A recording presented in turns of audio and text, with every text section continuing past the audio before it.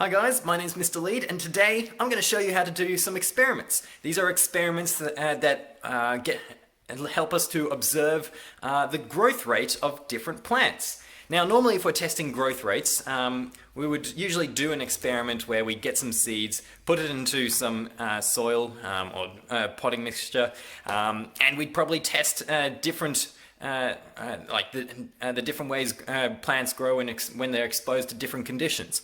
But unfortunately, at the moment, we're in lockdown, and getting a hold of seeds is pretty tricky at the moment. So what I've got here for you guys today is some experiments that you can do using just plants and vegetables and fruits and food that you can access from the supermarket. And for these experiments, all you need are these plants, and you don't need any soil, okay?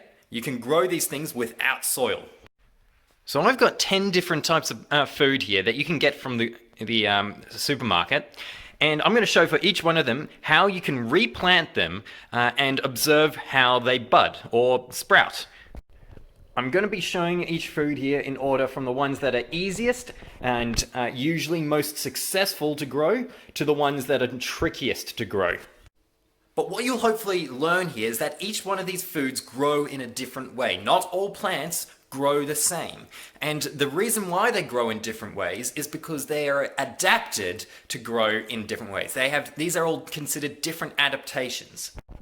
For example, root plants and leaf stalk plants, we're going to see how they bud. And budding is the process where a plant will grow without a seed. So normally you would expect you'd have to plant seeds to see, say, a potato grow or carrots grow, and you do. You plant seeds to make them grow. But you can also do special things to cause them to grow without seeds. Fruits, on the other hand, reproduce differently to vegetables because fruits have seeds in them. And so the advantage of fruit is that if a fruit grows on a tree and then it drops off the tree, that fruit can roll away and then plant itself to grow a new tree.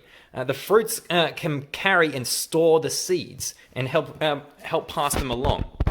All right, let's start seeing how we can plant and regrow each of these different foods. First one, and usually the most successful one, carrots. What you have to do with a carrot is you have to chop off the tip of a carrot. There we go, like that. Notice normally when you're cooking, you probably want to save a bit of this and eat it. But when you want to regrow a carrot, don't chop it off right under the stem. Give it about 2 centimeters, about that much for it to grow. It'll probably take about 1 week for the carrot stem to grow significantly, perhaps even more. After 1 week, you'll still see the carrot stem grow, but from there on, you would need to put it into soil to see it grow at an even greater rate. Next, get a few toothpicks, stick them in the carrot like this, and then you want to feed this carrot a lot of water. And the way we do it is we just put the carrot with the toothpicks balanced on top of a glass like this. And you'll see this means that the carrot is partially submerged under the water. You don't want the whole carrot submerged, you only want a little bit of the bottom submerged. You could achieve the same sort of effect by just leaving the carrot in a bowl of water like this, but it's a bit better to do it in a glass like this so that the carrot is actually exposed to more water underneath. So the type of growth we're going to see is we're going to see the leaves sprouting up. We're not going to see the carrot body grow back. That unfortunately can't happen, but we will see the leaves grow back. And the benefit of that is firstly, you can actually eat the leaves and they can act as a herb. But the benefit of that for the carrot is that these leaves that grow up will eventually sprout out little flowers. And those flowers are what produce the seeds that get blown away in the wind and help plant more carrots. It'll probably take about 1 week for the carrot stem to grow significantly, perhaps even more. After 1 week, you'll still see the carrot stem grow, but from there on, you would need to put it into soil to see it grow at an even greater rate. The next food that you can see some significant growth with are spring onions.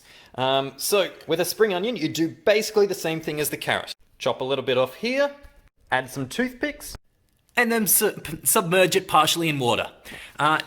Now, unlike the carrot, we're going to see some growth from the spring onion both underneath. We're going to see these roots grow even further, and we're also going to see some growth on top. This one should hopefully go really well. You'll usually see a spring onion grow a decent amount after 1 week, but the longer you leave it, the more you're going to see grow. And like the carrot, you can put it into some soil to watch it grow even further. Now, the next vegetable we're going to be looking at is the potato. Now, the way a potato grows is you can literally just stick this potato into the ground and it will grow up a stem, sprout some leaves, and those leaves are there to photosynthesize, just like the carrot. I didn't mention that the carrot's leaves will photosynthesize, but it does. And yeah, that helps. That'll help grow the potato back and grow it to be stronger and more mature. The sites at which we see a potato grow from are known as the eyes. Now, if you've had a potato lying in your cupboard for a little while, you'll actually see it will just naturally grow some little tiny eyes right there, see? The potatoes will always be doing this naturally, but we can speed up this process by doing the same thing we did this to the spring onion and the carrot. Chop it in half, stick in the toothpicks, and then submerge it in water. After about a week, you should see these stems growing up from the eyes like this. And the stems will keep growing up until they become bigger leaves that help the potato photosynthesize, and they can eventually regrow and remature the potato back. There's a famous science fiction book and movie called The Martian. In that, there's a man stranded on Mars, and the way he survives and the way he gets food is he takes some potatoes, chops them in half, and plants them in soil. And he lets those potatoes grow, eventually the entire second half of the potato comes back.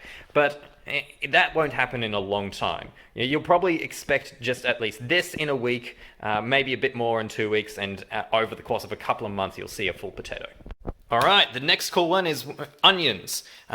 First thing you need to do with an onion is peel it. And here we go.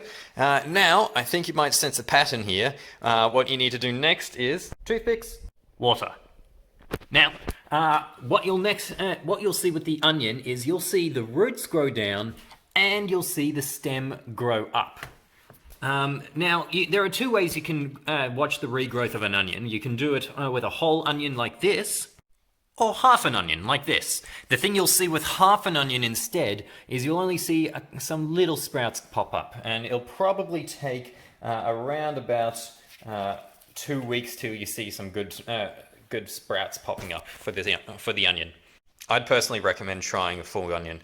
Important thing to know, whether you're doing half an onion or full onion, make sure you know what side is the bottom side of the onion and the top side of the onion. Make sure the bottom side is pointing down so that the roots can grow down. Next one, celery. Alright, a very similar process as before. Chop off the bottom. We don't even bother eating this bit usually anyway. Now, the celery is a bit too big to put toothpicks through and put in a glass, so instead I've just filled a bowl of water and I've just left the celery there. You can, if you want, suspend the celery a bit higher. You'll probably get a bit more success there, and you can stick some skewers all the way through, but this will also work fine. The celery, you're not going to see any significant action until in about 2 weeks' time, and you'll probably see some celery stalks springing up from here. Lettuce. Do basically the same thing as the celery. Cut off the stalk and stick it in the bowl. Now, with a lettuce, you're not going to see much action for about 2 weeks. 2 weeks, just like the celery. But you can actually see here, with this lettuce I've cut, there are some tiny little leaves that are already beginning to grow, that were already beginning to grow on this lettuce. Now look, this should obviously go without saying. If you're going to do lettuce or celery, you can't buy a bag full of lettuce leaves or some pre-chopped up celery. You need to have a whole iceberg lettuce, for example, or the whole celery. Alright, next one, garlic. Now, garlic you can do in one of two ways. You can either use the entire piece of garlic, or you can just take out one clove and use one clove. But the garlic works the same way as the onion and the carrots and the potato. You need to peel it, Stick some toothpicks in it. Try not to put all the toothpicks right in the center of the cloves. If anything, trying to put them in the sides of the cloves. And then submerge it. Make sure the roots are pointed down and the top of the garlic is pointed up. Now, garlic, when it is successful, it's very successful. But the reason why I've ranked it so low on the success list is because sometimes the garlic you can buy in the stores has been really processed or maybe even bleached in factories, which causes it not to grow as well. But like I said, if it grows well, it grows really well. Alright, so that's how you grow these vegetables. Next I'm going to show you how to grow some seeds, or more specifically, how to grow some beans. Now, to grow and help sprout some beans, we're not using the same toothpick method and the glass method as we did for the vegetables. Instead, we need cotton balls.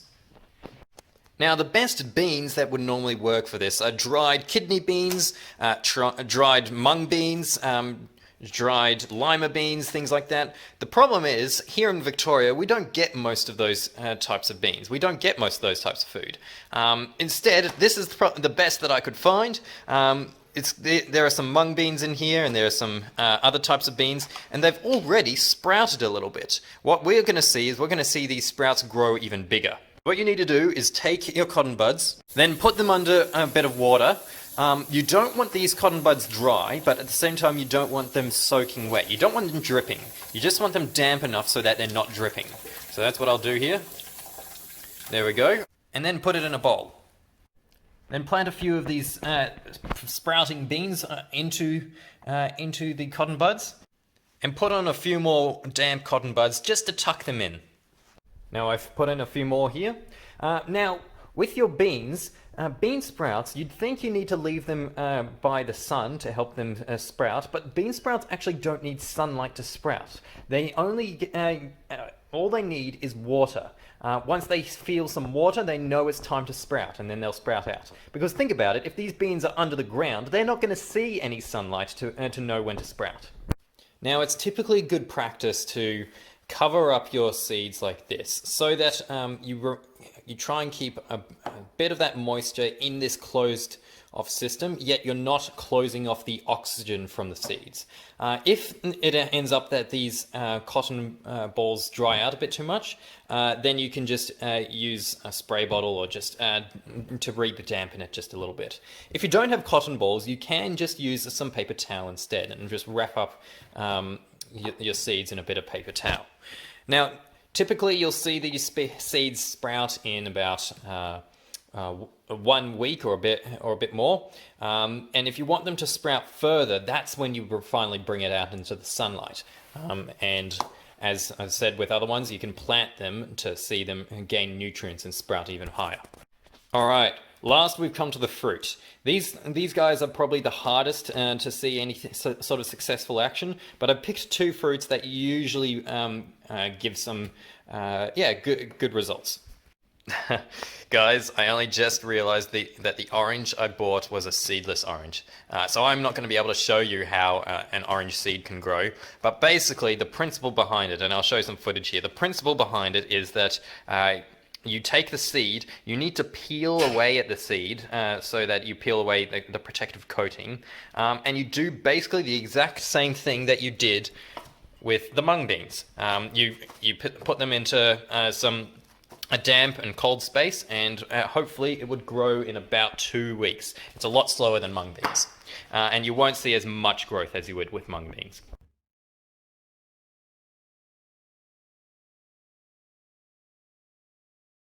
Being as gentle as you can, you should be able to prise both layers open and peel the seed nicely. The seed may also come with the skin around it, so try and remove that as well. The reason why we peel the seed is to help it germinate a lot quicker. If you leave it in the shell, this could take up to 3 to 4 weeks, or maybe even rot inside and become completely useless. Doing it this way has given me a 100% success rate and allows me to see results within a few weeks. By the way, in case you're wondering why this orange is seedless, it's because it's been genetically modified.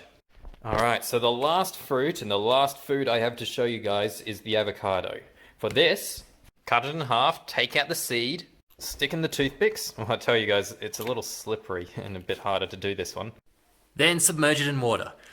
Just like the potato or just like the onion, it's as simple as that. But note for the avocado seed, you need to make sure the pointy end is pointed up, because that's where a sprout will come up from, and make sure the other end is pointed down, because that's where a root will come down from.